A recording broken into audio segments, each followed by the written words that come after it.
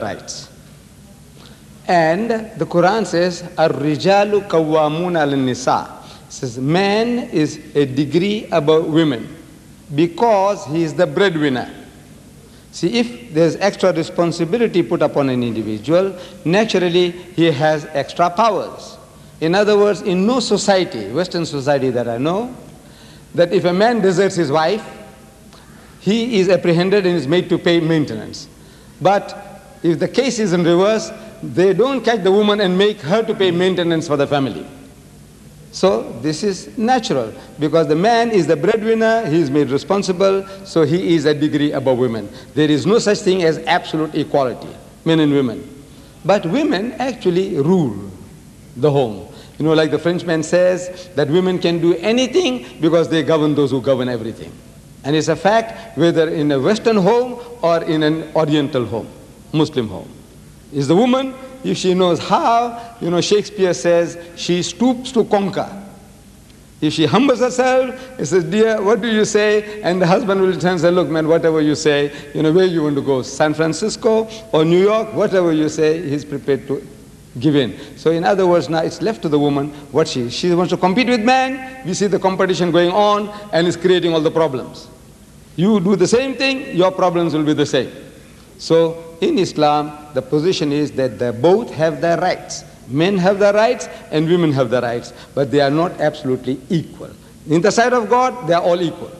But for social purposes, there is, like, for example, you know, divorce. There is, for example, man can have 4 wives and a woman can't have 4 husbands. You want equality? That the woman also can have 4 husbands? Well, you try it and see what happens.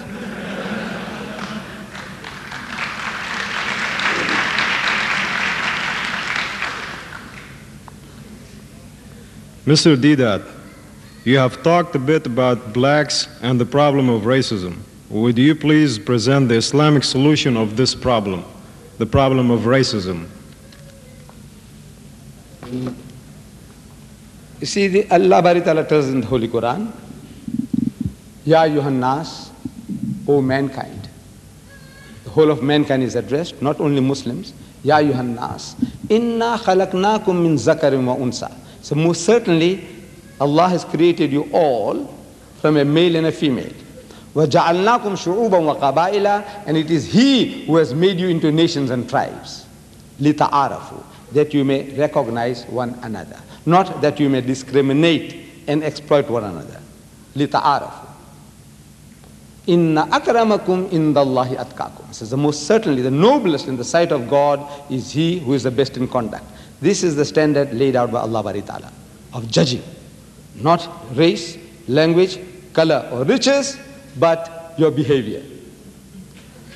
And not only as a theory, see, Islam has certain practical ways of bringing this about.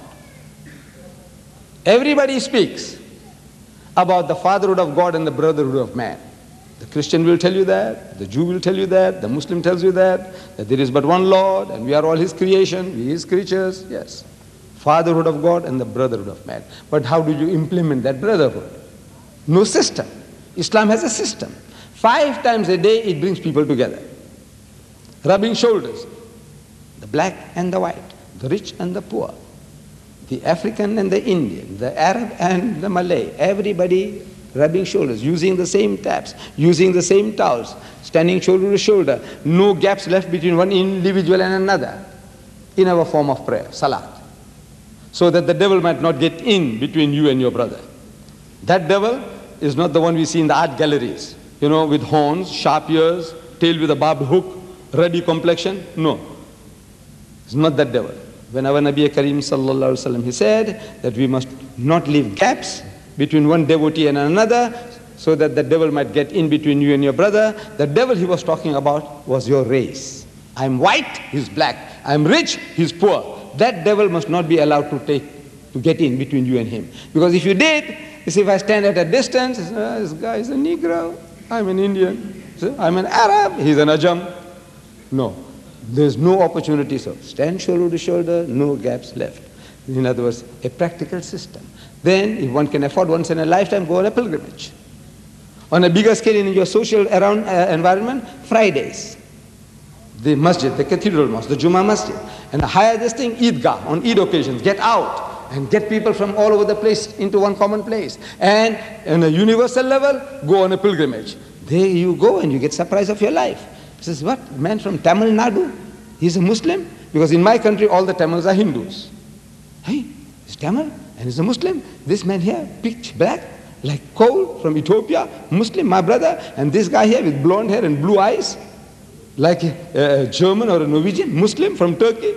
No, it eliminates racism. It's a system, not only talking, but a system that keeps on bringing about 5 times a day when you make salat, and at you end the salat, you say, Assalamu alaikum wa rahmatullah. So peace and blessings of Allah to everybody to the right of me. And I see here's a man from Ethiopia. Assalamu alaikum wa rahmatullah. I see here is a man from Africa. Assalamu alaikum wa rahmatullah. Next time I see a man from China. Assalamu alaikum wa rahmatullah. I see a man from Timbuktu. So what it does is a system of eliminating racism. Talking is not alone. There's a system laid out by the Almighty, the All-Wise, how to. And alhamdulillah, we Muslims, we are the least racist of any group of people on earth. We still have it, the lingerings from the past. Like in my own case, you see, my ancestors were Hindus. In India, we had a caste system.